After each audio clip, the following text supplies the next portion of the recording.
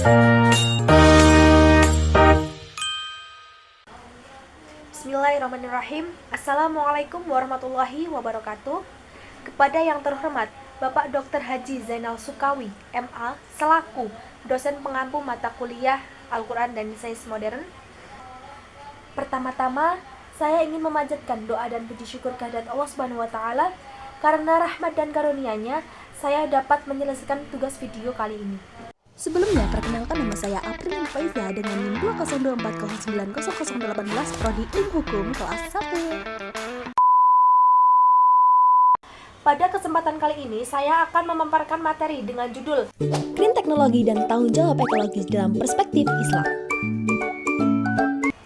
yang merupakan bagian dari integritas antara pengetahuan modern dan nilai-nilai yang terkandung dalam Al-Quran.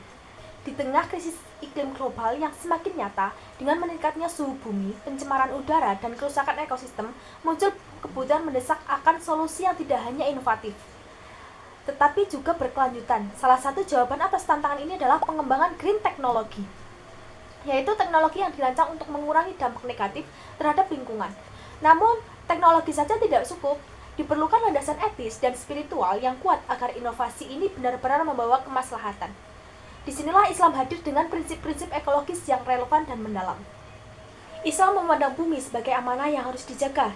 Dalam Al-Quran, Allah berfirman, dalam Quran surat Al-A'raf ayat 56, A'udzu billahi minasyaitonir rajim. Bismillahirrahmanirrahim. Wala tufsidu fil ardi ba'da islahiha wad'u khaufan wa tama'a. Inna rahmatallahi qaribum minal muhsinin.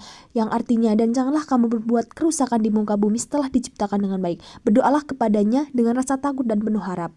Sesungguhnya rahmat Allah sangat dekat kepada orang yang berbuat kebaikan.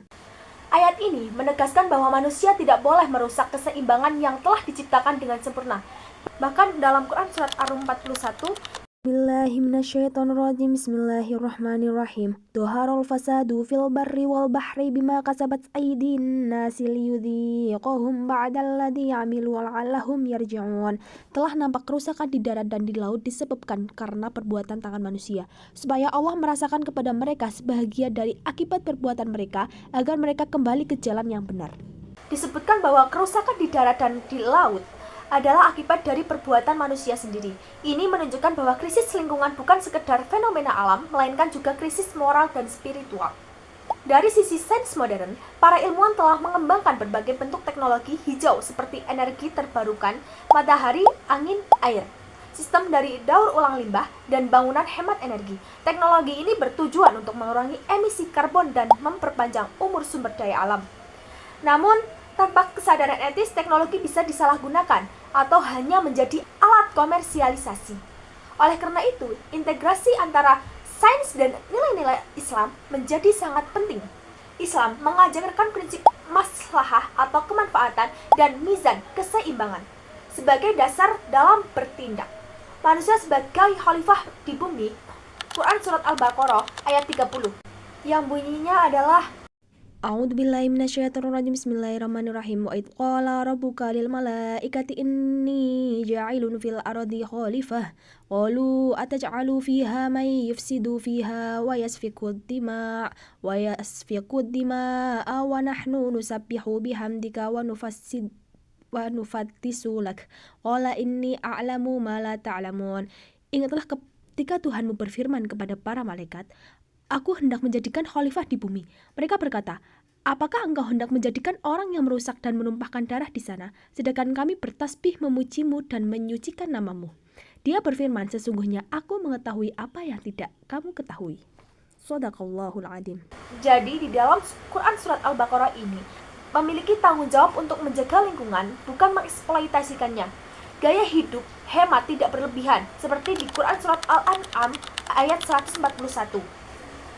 Yang bunyinya adalah A'udzu billahi minasyaitonir rajim. Bismillahirrahmanirrahim. Wa huwal ladzi ansha'a jannati ma'rusyatin wa ghayra ma'rusyatin wan nahla والزرع مختلفا أكله والزيتون والرمان متشابها وغير متشابه كلوا من ثمره إذا أثمر وآتوا حقه يوم حصاده ولا تسرفوا إنه لا يحب المسرفين.